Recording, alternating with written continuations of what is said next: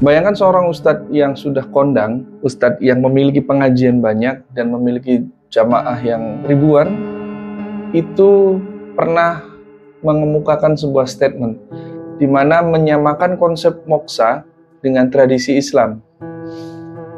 Padahal moksa itu sendiri adalah sebuah keyakinan yang lepasnya jiwa dari siklus reinkarnasi dalam agama Hindu.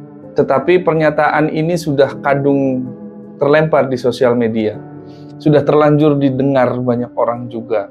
Dan dalam kesempatan kali ini, izinkan saya, Syarif, ingin membahas soal kekeliruan ustadz tersebut, di mana menyamakan atau menginterpretasikan moksa dengan agama Islam. Untuk itu jangan kemana-mana, tetap di Kala Senja.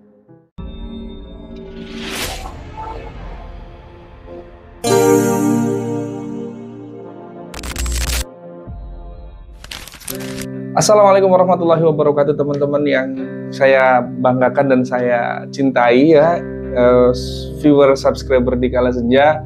Ketemu lagi dengan saya Syarif, yang dalam kesempatan kali ini saya pengen ngebahas sebuah video ataupun di dalamnya ada statement seorang ustadz ya, dimana saya yakin teman-teman sebagian banyak yang tahu tentang ustadz ini, dan ustadz nasional, ustadz di TV juga, ustadz yang katanya meruqyah juga gitu kan, dengan drama-dramanya ya. Kenapa saya bilang drama? Karena saya pernah beberapa menangani bekas pasiennya beliau yang nggak ada progres gitu, tapi itu biarlah gitu kan ya, pribadi. Tapi dalam hal ini yang pengen saya bahas adalah kekeliruan beliau yang mengatakan bahwa moksa itu di dalam agama Islam apa ya, bisa dibilang dikait-kaitkan gitu loh dengan agama Islam. Bahkan beliau berstatement bahwa Ratu Bilqis itu yang dari kerajaan Sulaiman itu, Nabi Sulaiman alaihissalam, beliau menganggap bahwa Ratu Bilqis itu moksa, katanya, kata beliau ya. Untuk itu kita simak dulu video yang berikut ini. Moksa itu memang pernah dialami, salah satunya adalah Ratu Bilqis. Itu hilang beliau, tidak ada ceritanya Ratu Bilqis itu. Jadi yang lainnya ada, Nabi Sulaiman juga ada.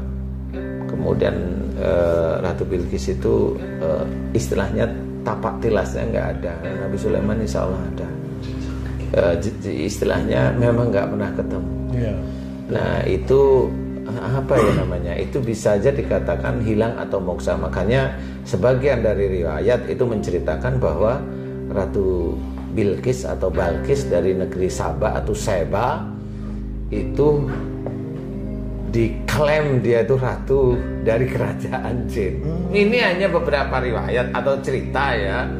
Jadi sehingga itu Nabi Sulaiman itu menikahi ratu dari kerajaan jin. Sebenarnya enggak seperti itu.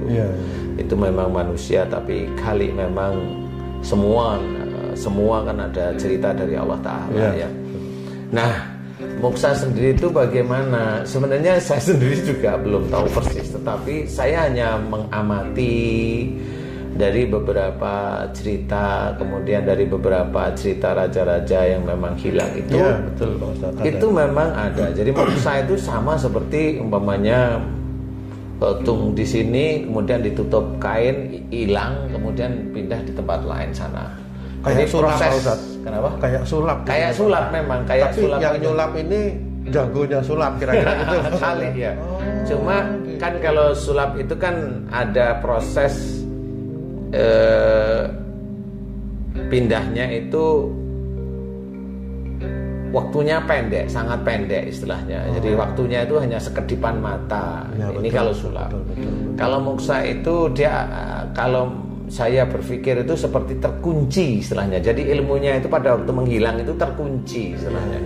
Jadi pada waktu menghilang itu memang ada ilmu yang mengunci. Saya tidak tahu persis ya istilah ilmu itu bagaimana. Maksudnya cara kerja ilmu itu bagaimana, karena saya nggak punya ilmu seperti itu. Tetapi yang saya amati kayak mengunci. Jadi pada waktu hilang ilmu itu mengunci. Maksudnya ilmu ini jin gitu Pak Ustadz? Ya bisa aja dikatakan jin juga. Gimana lagi? Namanya ilmu-ilmu begitu rata-rata jin ya. Kalau saya mau kaitkan dengan cerita di dalam surat Al-Kahfi ini, mohon maaf Pak Ustadz, ada beberapa laki-laki dengan seekor binatang yang dia tertidur hampir 300 sekian tahun. Apakah itu kalau mau disamakan dengan fenomena moksa ini, apa mirip-mirip seperti itu? Oh beda Pak Ustadz ya? Itu beda, karena kalau itu cerita itu ditidurkan oleh Allah Ta'ala. Betul. Ada banyak kejadian-kejadian ya, Pak Ustadz ya. Jadi moksa beda dengan itu. Kalau moksa itu orangnya mati atau enggak itu Pak Ustadz? Setahu saya enggak mati. Orangnya itu enggak mati Pak Ustadz? Insya Allah enggak mati. Dia masuk ke dunia jin.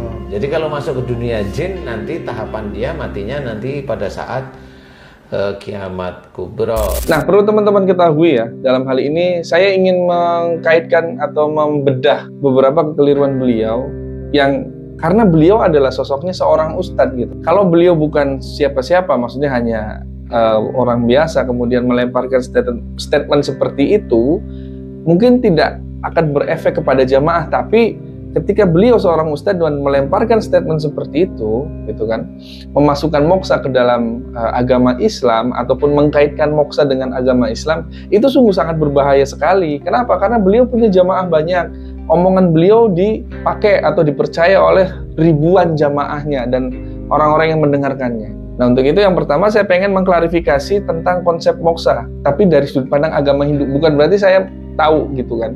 Saya hanya mengutip, saya juga nyontek nih, ada tulisannya. Konsep moksa dalam agama Hindu itu sebenarnya pelepasan jiwa dari siklus reinkarnasi atau istilahnya samsara. Agama Hindu. Saya nggak akan bicara agama Hindu karena saya tidak punya ilmu di situ. Makanya saya hanya bilang ini agama Hindu. Tujuannya yaitu bersatu dengan Brahman. Itu versi agama Hindu. Bersatu dengan Brahman. Nah, dasar keyakinannya adanya reinkarnasi. Ada karma dan nirwana. Itu di packaging, itu dibungkus dalam ranahnya agama Hindu. Sekali lagi, saya tidak akan ngebahas ranah itu. Karena saya tidak punya pengetahuan di situ, saya tidak punya ilmu di situ. Saya hanya menyampaikan istilah yang sudah banyak gitu kan di internet. Tapi yang pengen saya komentari adalah ketika beliau menyamakan konsep moksa dengan agama Islam, ini yang berbahaya. Karena secara fundamental itu jauh moksa itu apa dengan agama Islam itu apa. Yang pertama, agama Islam itu tidak pernah mengenal yang namanya konsep reinkarnasi. Nggak ada itu dalam Islam reinkarnasi. Dari mana? Hati-hati. Kalau kita membicara reinkarnasi, ya itu silakan agama Hindu. Kita tidak mencampuri gitu kan keyakinan mereka ataupun kepercayaan mereka tentang reinkarnasi, tidak. Tapi yang berbicara adalah seorang ustadz, di mana ustadz itu adalah orang yang digugu, ditiru ilmunya oleh jamaah-jamaahnya. Ketika ustadznya ngomong seperti itu, bagaimana jamaahnya? Kemudian Islam hanya mengajarkan kehidupan setelah mati, adanya alam barzah, alam barzah, hari kiamat, hisab, surga dan neraka. Udah cuman itu ketika membicarakan konsep kematian dalam agama Islam. Kemudian yang lebih bahayanya lagi adalah konsep ketika seorang ustadz melemparkan statement itu ya, agama Islam dikaitkan dengan moksa. Ada Ratu Bilqis, moksa. Ada Raja-Raja Nusantara, moksa. Beliau berkata seperti itu dari mana? Apakah hanya sekedar asumsi? Tapi yang saya lihat di video beliau, nggak ada istilah ini asumsi ataupun kalaupun asumsi harus dijelaskan lebih detail dan tidak asal bicara, karena figurnya seorang ustadz yang nantinya omongannya pasti ditiru oleh jamaahnya, pasti dibeli oleh jamaahnya. Ya, yang jadi masalah adalah ketika beliau membicarakan hal itu, pasti umat akan bingung. Kemudian juga bisa mengaburkan antara akidah tauhidnya juga. Tauhidnya rusak. Ya, tauhidnya rusak karena apa? Sekali lagi saya bilang, di Islam tidak ada konsep moksa. Tidak ada konsep reinkarnasi, nggak ada. Kemudian membuka pintu sinkretisme atau percampuran agama. Ini yang lebih fatal. Jadi mencampurkan antara agama Hindu dan Islam. Itu berbahaya. Bagi siapa? Jamaahnya yang masih awam. Apalagi beliau Ustadz Nasional, sering muncul di TV, sering atraksi dengan ruqyahnya, sering, ya pokoknya begitulah. Ya, Di dalam komentarnya disebutkan, Danu mahal bro, ya. Bapak saya disuruh bayar 4,2 juta cuma setengah jam dan cuma diceramahi. Nah ini komentar yang pertama. 4,2 juta setengah jam itu cuma diceramahin doang gitu obatnya ya. Teman saya 2 kali pertemuan habis 50 juta, hasilnya nggak ada perubahan sama sekali. Ya Allah, 50 juta itu kalau berobat ke rumah sakit ya itu udah elit banget ya rumah sakitnya. Kliniknya itu ada di Jakarta dan Jogja. Kalau di Jogja ada di Jalan Wijilan nomor 27. Yang VIP-nya 10 juta, nunggunya 6 bulan. Yang VIP 10 juta bayarnya, nunggunya 6 bulan teman-teman ya. Ya ini mesti harus diklarifikasi oleh Pak Danu. Kalau perlu ya Dinas Kesehatan juga mestinya mencari tahu mengenai hal ini, karena ini berkaitan dengan kesehatan masyarakat, berkaitan dengan orang banyak. Saya pengen menambahkan dari hadis dari Al-Quran, di mana Allah Ta'ala menjelaskan di surah Al-Mu'minun ayat 99-100. Allah Ta'ala berfirman gitu kan. Kemarin kita sudah bahas ayat ini. Hingga apabila datang kematian kepada seseorang dari mereka berkata, ya Tuhanku kembalikanlah aku. Itu keinginan dari si mayit, orang yang sudah meninggalnya. Kemudian Allah Ta'ala mengatakan sekali-kali tidak, sungguh sekali-kali tidak. Jadi itu bertabrakan sekali dengan agama Islam, dengan Al-Quran ya. Nah kemudian di video yang lain saya melihat, jadi beliau berkilah ya, moksanya itu misalkan ada raja gitu kan, moksa sesuai dengan keinginannya sendiri. Jadi moksanya itu bukan karena Allah gitu loh, tapi karena keinginannya sendiri, dan adanya itu ranahnya di alam jin. Berarti moksa itu yang diinginkan oleh yang mau moksa atau memang ada diinginkan oleh yang mau moksa itu.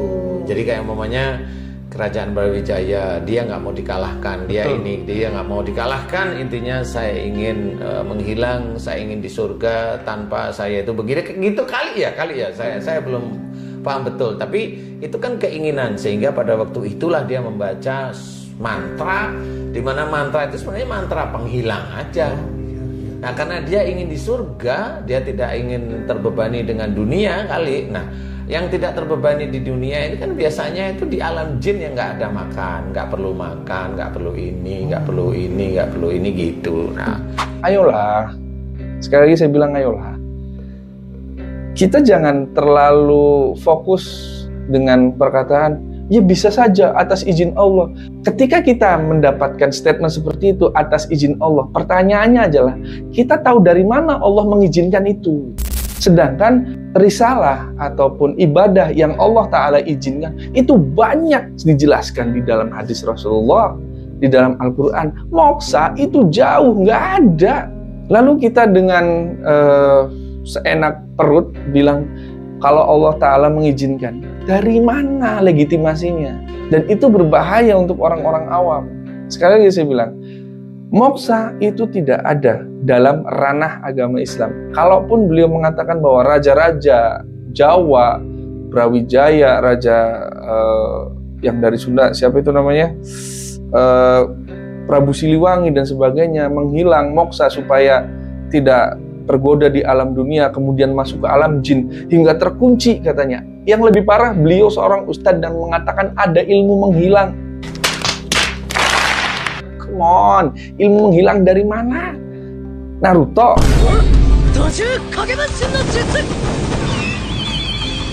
Ilmu menghilang, ya Allah, dan itu keluar dari mulut seorang yang dianggap ustadz. Ini berbahaya sekali. Jadi intinya adalah moksa itu terkunci oleh sesuatu. Jadi ilmu menghilang terkunci ilmu lain yang memang dia senantiasa ada di dunianya para jin.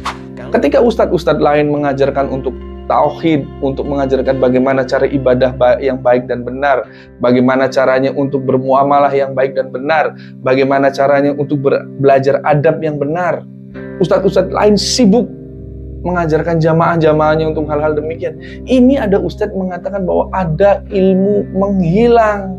Ya Allah ya Karim. Ini yang buat saya kok Sebenarnya videonya udah lama gitu kan, tapi saya baru ingat lagi ketika tiba-tiba lewat di YouTube saya kok begini gitu kan. Makanya saya harus bahas ini, saya harus selesaikan. Buat teman-teman yang sudah terlanjur percaya dengan omongan beliau ya, kita kembali lagi, kita flashback lagi, siapa kita? Ini buat teman-teman yang muslim ya, saya bicara kepada teman-teman yang muslim karena seakidah dengan saya pribadi. Saya bukan ustadz, saya bukan syekh, saya bukan kiai, tapi saya adalah seorang laki-laki muslim yang peduli, yang mencintai sesama muslimnya. Dan saya pribadi ingin menyelamatkan minimal akidah saya dulu. Dari apa? Dari talbis, dari tipu daya, dari remeng-remeng ya. Tahu remeng-remeng apa ya istilahnya? Syubhat. Orang-orang yang mengatakan bahwa ilmu hilang itu ada. Dari mana? Kalaupun ada itu pekerjaannya jin, ya. Ilmu menghilang itu jin. Betul. Dan balik lagi, kalau ada orang yang seorang ustadz mengatakan ilmu menghilang ini atas izin Allah, aduh ya salam. Seolah-olah ilmu menghilang itu dari Islam, seolah-olah ilmu menghilang itu datangnya dari agama Islam. Padahal bukan. Ilmu menghilang, ilmu yang berjalan di atas air, ilmu terbang itu saya pastikan itu ilmu setan semua, ilmu jin. Karena orang-orang yang memiliki kemampuan tersebut itu terakhir hanya Rasulullah Nabi Sulaiman alaihissalam dan Rasulullah Muhammad sallallahu alaihi wasallam. Dimana ketika Rasulullah bisa membelah bulan dengan jarinya, saya percaya karena diturunkan di Al-Quran, ada datanya. Kemudian ada seorang raja sekaligus nabi, namanya Nabi Sulaiman alaihissalam. Beliau bisa memerintahkan angin, beliau bisa memerintahkan jin, beliau bisa memerintahkan seluruh apa yang beliau perintahkan dan alam nurut. Saya percaya karena apa? Karena sudah diterangkan di dalam Al-Quran. Ini menghilang dari mana? Dan lebih parahnya lagi, ilmu menghilang, ilmu moksa itu adalah ilmu menghilang yang dikunci dengan ilmu lain. Ilmu lainnya itu apa?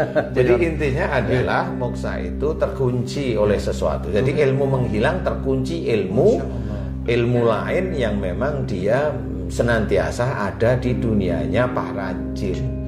Ayolah kita meleklah. Ilmu lainnya itu apa? Ilmu Pancasona, ilmu rawa-rontek gitu. Sekalian kita nggak ngobrolin soal Aling Dharma deh sekalian gitu, biar ke film-film nggak apa-apa. Tapi kalau sudah membawa-bawa syariat, membawa-bawa akidah, membawa-bawa beliau, apalagi titel beliau seorang ustadz, ini sungguh sangat berbahaya sekali. Saya yang bukan ustadz saja takut untuk mengatakan hal yang demikian. Saya yang bukan ustadz saja tidak berani. Harusnya orang yang labelingnya ustadz harus bisa lebih menjaga perkataan, bisa lebih mengkeep supaya tidak keluar statement-statement aneh dan dibeli oleh jamaahnya dan menjadi syubhat, menjadi abu-abu buat jamaahnya. Sekali lagi saya bilang untuk khususnya teman-teman viewer dan subscriber di Kala Senja, setelah nonton video ini saya hanya ingin mengajak teman-teman untuk kembali memurnikan tauhid kepada Allah Ta'ala, kembali memurnikan ajaran agama Islam tanpa ada embel-embel yang lain, tanpa ada asumsi-asumsi, khususnya dalam hal agama dan ibadah ya. Kalau selain itu silahkan mau bicara apa soal ruqyah, ayo, karena ruqyah itu ranahnya tajribiyah, eksperimen, boleh silahkan selagi tidak ada kesyirikan di situ. Tapi kalau sudah babnya ibadah, tauhid, akidah, itu nggak bisa diganggu-ganggu ya, itu nggak bisa diganggu-ganggu. Dan bagaimana kita menyikapi orang-orang seperti ini? Kalau memang tidak ada disebutkan di dalam Al-Quran secara detail ataupun secara eksplisit, kita cukup berhenti di situ, atau istilahnya tawakuf. Kita tidak menerka-nerka, kita tidak ngayal-ngayal, kita tidak mengandai-andai gitu. Oh, jangan-jangan nanti begini, jangan-jangan nanti begitu. Yang tidak ada di Quran nih, jangan-jangan begitu. Beliau mengatakan bahwa Ratu Bilqis setelah dengan Nabi Sulaiman kemudian tidak ada kabarnya, tidak ada beritanya. Kata siapa? Berarti beliau nggak pernah baca Quran sebelumnya. Kata siapa Ratu Bilqis nggak ada runtutan cerita akhirnya? Ada. Saya kasih tahu nih. Kisah Ratu Bilqis yang beliau katakan nggak ada lanjutannya ya. Sebenarnya sudah diterangkan oleh Allah Ta'ala di surah An-Naml ayat 44. Dan dia berkata, Ya Robku, sesungguhnya aku telah berbuat zalim terhadap diriku sendiri, dan aku berserah diri bersama Sulaiman kepada Allah Ta'ala, kepada Allah Rob semesta alam. Jadi jelas Jelas, Ratu Bilqis masuk Islam atau ikut agamanya Nabi Sulaiman pada waktu itu. Kemudian adapun kelanjutannya, apakah tetap di negerinya, menikah, meninggal, dan sebagainya, tidak ada riwayat yang sahih. Tidak ada riwayat yang menjelaskan hal itu. Tapi apakah itu mengganggu keislaman kita? Tidak. Tidak sama sekali. Kita cukup meyakini, selesai. Selesai, kita nggak usah pusing. Habis itu Ratu Bilqis kemana ya? Apakah menikah? Apakah meninggal? Apakah moksa? Kita tidak dituntut untuk mengetahui hal-hal itu. Tidak. Dan lebih parahnya lagi, ada hal yang ketika kita tidak tahu, ya, tadi kan Ratu Bilqis kita nggak tahu mau kemana gitu kan. Beliau menyimpulkan dengan logikanya sendiri. Beliau menyimpulkan dengan logikanya sendiri. Karena tidak ada kelanjutannya, langsung disamakan dengan istilah moksa. Ini mengarahkan umat kepada konsep asing, konsep yang bukan terlahir dari agama Islam, yang bertentangan dengan akidah Islam. Moksa itu punyanya agama Hindu, udah kita nggak usah utik-utik, kita nggak usah pakai istilah-istilah itu. Silakan agama Hindu dengan agamanya sendiri, dengan ritualnya sendiri. Kita nggak usah ambil campur dengan agama Islam. No, nggak begitu. Kemudian dalam Islam juga setiap manusia itu pasti akan mati, pasti akan mati. Termasuk ini yang jadi poin pembicaraan Ratu Bilqis. Saya tertarik dengan statement beliau. Tidak ada rujukan sejarahnya kan, kata siapa? Setelah itu Ratu Bilqis masuk Islam. Kemudian setelahnya gimana? Ya nggak tahu, terserah. Allah Ta'ala hanya mengabarkan sampai situ. Kita tidak punya kewajiban untuk itu. Kecuali ada perintah dari Al-Quran sendiri. Allah Ta'ala memerintahkan di Al-Quran. Silakan cari sejarahnya Ratu Bilqis. Mungkin umat Islam sekarang lagi sibuk nyari artefak, nyari kitab-kitab kuno di negeri Sabah, di negerinya Ratu Bilqis dengan Nabi Sulaiman. Tapi kan tidak. Apa yang Allah perintahkan? Taati Allah, taati Rasul, dan taati pemerintah. Itu taati Allah, beribadah sesuai dengan yang Allah perintahkan. Taati Rasul, beribadah sesuai dengan apa yang Rasulullah ajarkan. Taati pemerintah, taati ulil amri, supaya mendapat kedamaian di sebuah negeri. Itu poin pentingnya itu. Jadi nggak ada kekhususan kita untuk nyari di mana Ratu Bilqis ya. Habis ini mau ngapain dia? No. Itu di luar kemampuan kita, di luar kuasa kita, di luar tenaga kita, dan kita juga tidak dipaksa untuk melakukan hal itu sama Allah Ta'ala. Jadi stop, nggak usah, sok tahu, tidak usah sok menyimpulkan logikanya sendiri. Akhirnya apa? Menyamakan moksa dengan agama Islam. Ini yang buat saya tergelitik ya, dan saya harus bikin video ini, saya harus bahas video ini supaya teman-teman subscriber dan viewer di Kala Senja khususnya bisa tahu. Dan buat teman-teman yang baru nonton video ini, yang buat teman-teman yang baru nonton di Kala Senja, sekali lagi saya tidak punya tendensi pribadi ke beliau, ke Ustadz itu.